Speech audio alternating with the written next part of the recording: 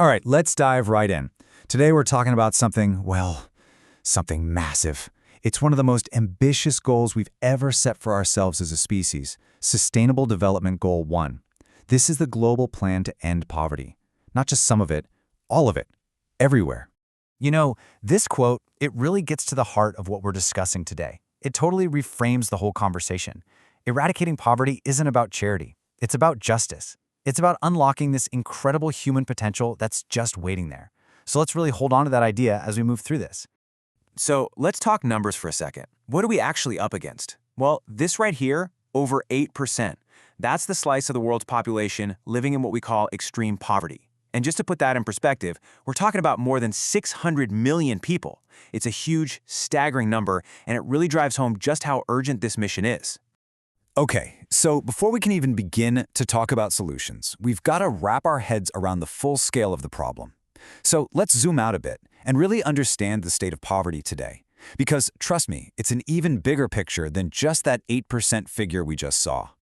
And wow, this really says it all, doesn't it? We just mentioned extreme poverty, but that's just one piece of the puzzle. When you look at poverty in all its forms, the number is just astronomical. We're talking about nearly half the entire world's population. Half! People who don't have consistent access to the absolute basics, food, clean water, or even just a fair shot at building a better life for themselves. So we keep using this term extreme poverty, but what does that actually mean? Well, this definition really clarifies it. It's not just about having very little money, it's about a severe, crippling lack of basic human needs. And the official benchmark? It's living on less than $1.25 a day. A day! Just try to imagine that for a second. Trying to get food, water, shelter, everything for less than the price of a cup of coffee. It really makes the reality of the situation hit home, doesn't it? All right, so we've laid out the problem, and yeah, it's immense. It's easy to feel a little overwhelmed. But here's the good news, and it is really good news. There's a plan, a global coordinated response. So let's pivot and look at how the entire world is tackling this, together, with STG1. And there it is, the mission statement itself. I mean, look how simple and direct that is. End poverty in all its forms everywhere. No asterisks, no fine print, no exceptions. It's so bold, so absolute. And that very simplicity is what makes it so powerful, especially when you think about how complex the problem really is. Okay, a bold goal is one thing, but how in the world do you actually do it, right? That's the big question. Well, this is where the plan gets really concrete. The global goals lay out a clear 7-target action plan. This is not just some hopeful wish list. It's a real, practical roadmap with steps to get us there by 2030. So let's walk through it. The plan is brilliant because it breaks this giant challenge into smaller, achievable pieces. First up, the most critical one. Completely wipe out extreme poverty. Just gone. Step 2, for all other kinds of poverty, the goal is to cut it by at least half. Then, we implement social safety nets to protect the most vulnerable people. That's huge.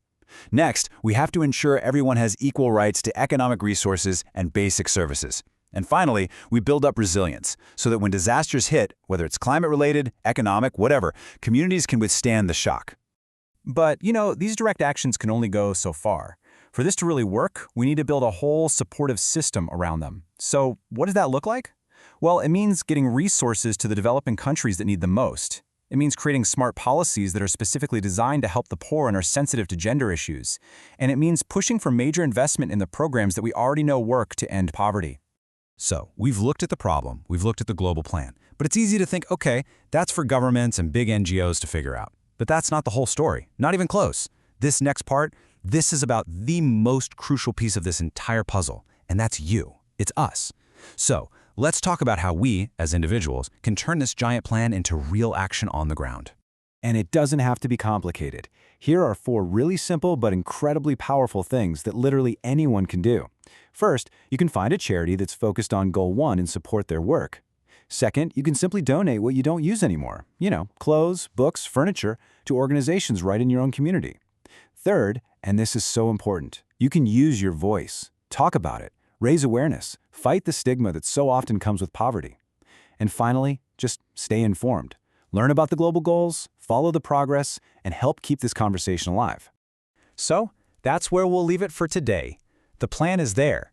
The roadmap to ending poverty actually exists. The targets are clear. The strategies are all laid out. The big what if is gone. Now, what happens next?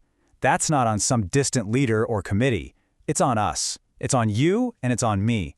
So the only real question left is the one right there in front of you. Are you in?